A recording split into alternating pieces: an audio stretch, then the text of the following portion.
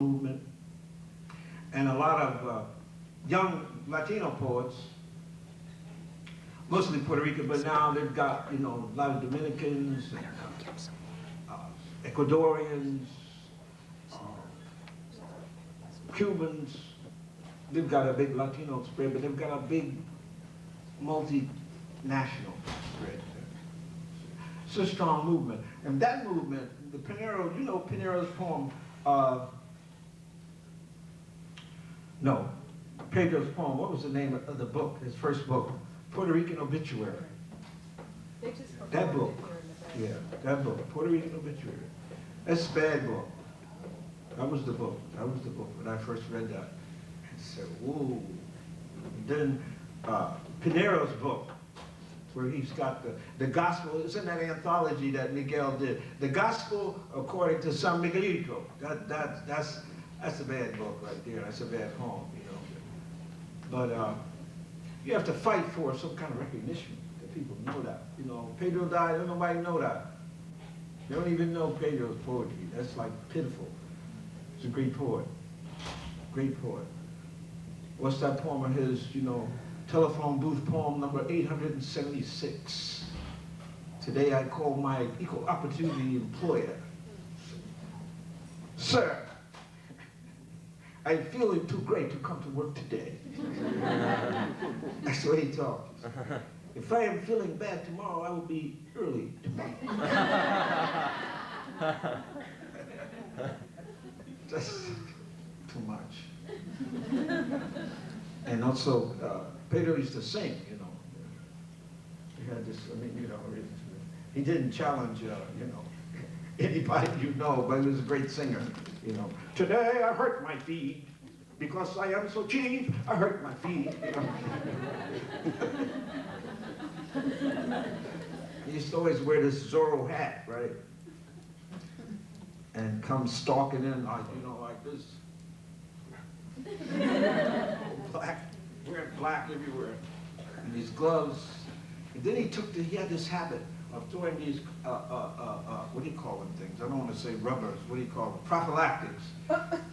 He had this habit of taking out of his pocket and start throwing prophylactics at the people in the crowd. You know? I'm only trying to help you out.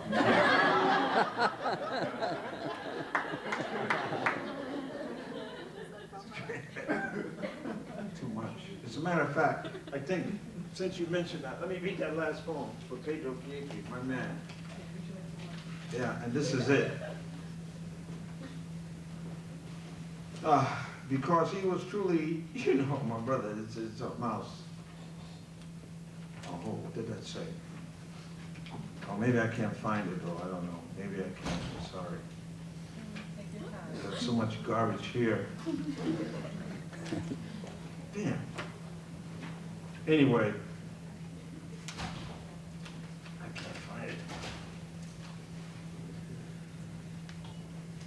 Anyway, if you find a civilized place out here, try to get Pedro's book, you know, Puerto Rican Obituary. That's a great book. Or his other book called Telephone Booth Poems. Here it is.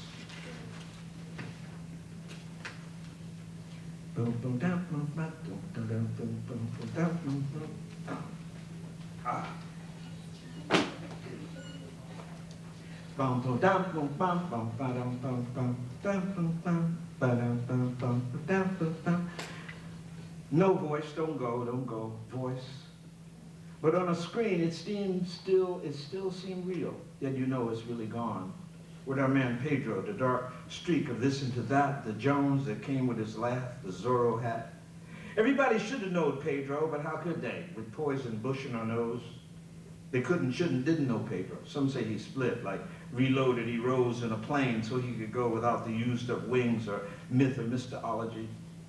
And with him, with Pedro, mustache, see, the sloping, always upward eyes, the walk, the medals for bravery and courage to make war on your outrage, your midgets of stupidity. Pedro laughs at you, and we too, because of him, laugh at you, and his box, loose joints, laugh at you. In the telephone booths that replaced American hearts, From inside them, Pedro makes the telephone booths laugh at you. The rubbers he threw at you in the Negro lady's house laugh too, and the dead hermanos y hermanas laugh at you even without underwears. So why ain't he here? How come he and Mikey, Vincent, Nina went away? Who booked they so? We can't live without Pedro and Black, giving corny people heart attack. How can it be we left without he? Pedro, el bandido del poesía, el zorro de loisaida, the Nuyorican beacon, el reverendo palante, sermon obit, some heavy shit. How the mice was going to parties, and the bloods, los pueblos tienen no vida a todos. From mice to rat, the dead uniform left the swine, know where they at. There was no other being brought them Ricans here where we could see and hear their lives. The obit made it clear. Juan, Miguel, Milagros, Olga, Manuel, buried in the empty box of Americans' missing soul. That was the passport call. Yo tengo Puerto Rico en mi corazón, the same church Felipe stood up in, where the Lords declared we were blood and kin. So then we have to see Pedro lying there playing us like he's asleep, when we know in a minute he's gonna start running them telephone booth poems. It's gonna be deep. But did anybody laugh till they bend and weep? Anybody wake up baiting the darkness with disorder, reversing the tide so an ocean of ha-has turn us in the waves of its rush? Who could lose that, be the same, or stay sane, or find a brain? Pedro gotta be with us. He's deeper and funnier than El Señor. Pedro, who walked sideways without moving, whose words were champion storytellers, who never lied and told the truth on the installment plan, whose shoes made him sing, who jump-started us with crack-up vision, who tunnel of mouth, ha-ha-ha, serious incision. That voice, that Latin insomniac, reverendo, black glove, razor sharp, possessed perception must always be with us. That weapon of refusal to be locked down in the dull, squalid mortuary of frowns of white, frozen, overhead, toxic, deadly America, who lied to say we arrived and all we see is slaves. In the boxcar of history's cold leftovers, that's why Pedro wore the medals and gave the Puerto Rican passport to people made illegal aliens by their mind. Nothing can ever stop. Nothing can ever sound like Pedro at full blessed laugh. Nothing can bop their head up and down. So the words mortar shell across us, screaming that revelation, mix us together, oh co-mix, like the jolly's supposed to do. O dark Taino hermano of the stalking Guanguanco walk, the mystery shadow cover of meaning behind which he is coming while going, encircling the world with a machine gun of his words, 1,000 suns a minute, bang, bang, the night and day of this, that, into the force of sea, I, yes, and of course, and certainly, and yeah, amen, amen, amen. With that open embrace, Elegba, Osiris, Orpheus, thus jolly, now Jelia. Out of the darkness, his passion ultraviolet booms purple alphabets and split the night world into indigo lips as he blew the first sunrise and the first dawn, whose chromatic ascension is the keyboard of human boomalooms. So if he gone, he must come back. Nobody lived where it always night. The voice and walk and mustache and eyes and that raging live for what it is. Es verdad, es hermosa. Nobody can't remove that day. It lay in the box plotting under the same hat. The next sun's laughing. So sit here with me in the other room. After the church, the mud and snow and tears of the Bronx cemetery. After the worried highway of hello, goodbye, hugs, kisses, quiet crimes. After the flicks, old friends, the beer, wine, rum, Jack Daniels, hard smiles forced into sound when the Nuyorican closed down. This night, with our sadness at the bottom of ourselves where the silence has muscles. In a minute you will hear light and see words flowing out of darkness like rich blue wine, and there will come that voice, the hat, that mustache with grinning ironic eyes. See? Well, what did you expect? The darkness fades away, and there is the day with loose joints hanging from the sun, bursting with light. Of course, it's Elegba, Osiris, Orpheus, the glee man, back at their gig. Then everybody scream, hey, Pedro, man, where you been? Where you been, man?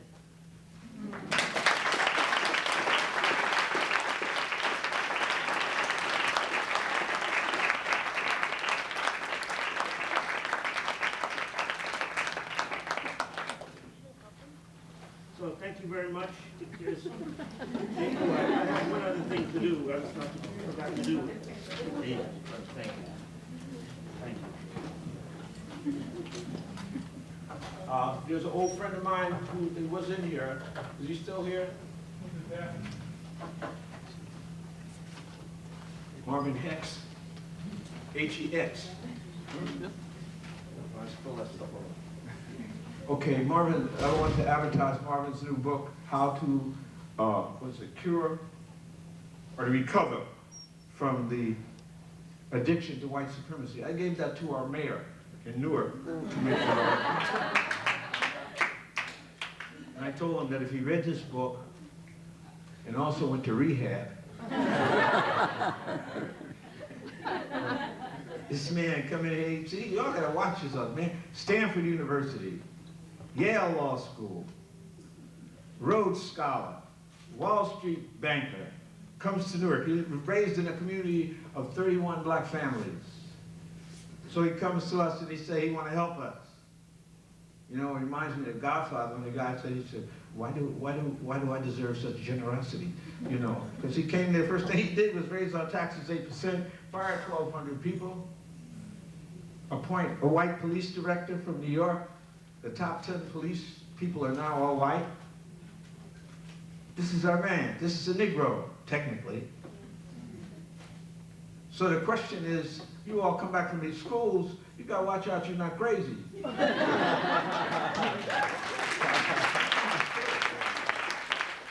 very true. I'm telling you, it's very true.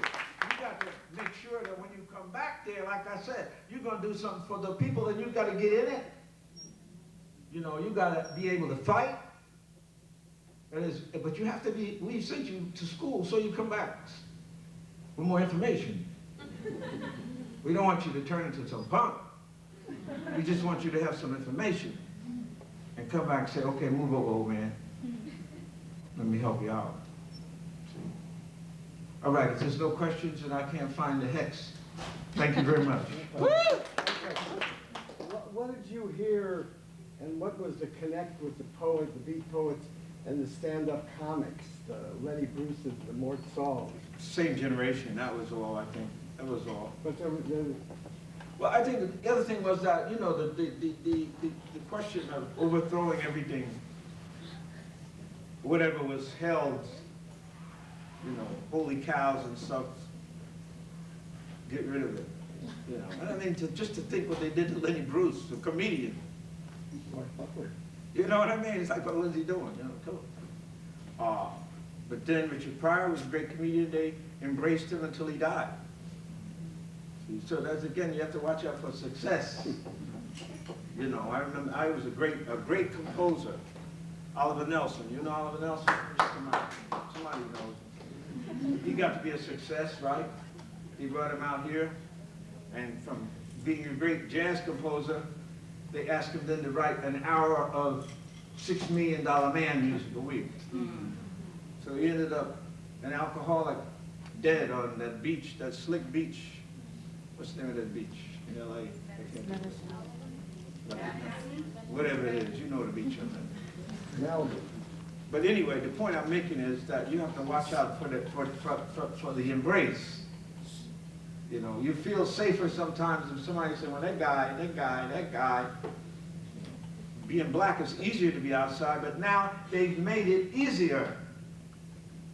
Why do you think that after slavery and all that bullshit, now you have black secretaries of state?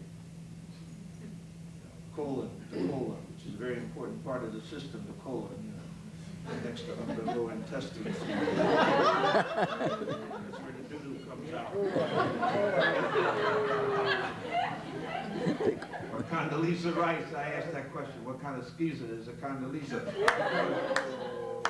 Why? Because they go around threatening colored people. The world is mostly colored people. I don't know if you know that in Berkeley, because it might not look that way in Berkeley.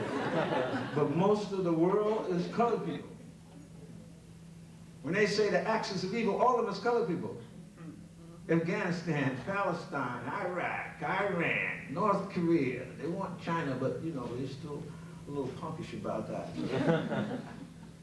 But that's it, that's the question. So you get these two Negroes now, who are the Secretary of State? It's not like when they send John Costa-Dulles or some old white man somewhere. Now they got a sister go somewhere. You know, a little sister gets out, you know, they expect some old white man. Here's a little colored girl. Said, hello now, I'm threatening you, Fidel. Chavez, you better watch your step. You Iraqis, you Iranians, watch your step. See? So it's a different, you got a Supreme Court now. Our boy, Tom S. Clarence there, he's right there in the mix. You understand that? And so you see that and you say, well, I want to be a success. I want to identify with that. Don't sell us out, though. You know, don't sell us out. You know, when Dr. King said integration, Dr. King said, don't integrate into a burning building. Dr. King was fighting for justice, not to be integrated into a murder game. So I'm not telling you not to get a good job. But remember where you came from, who you are, and remember the people that loved you. That's the main thing. Always remember the people that really loved you. Because if you forget that, you go into hell. Thank you very much.